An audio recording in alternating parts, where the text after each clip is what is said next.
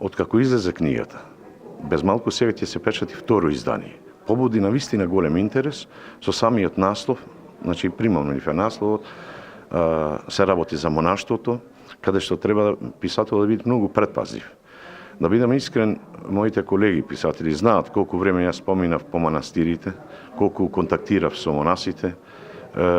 Еден период го живеев и нивниот живот, значи бев поприсутен во манастирите, во Слепче, во Зрзе, во Бигорски, се обидов да водам на Света Гора и во Острог, во Црна Гора, се со цел да го доловам тој нивни живот, нивни духовен живот.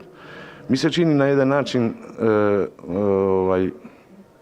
навлего во нивното секојдневие, онаму каде што ми дозволува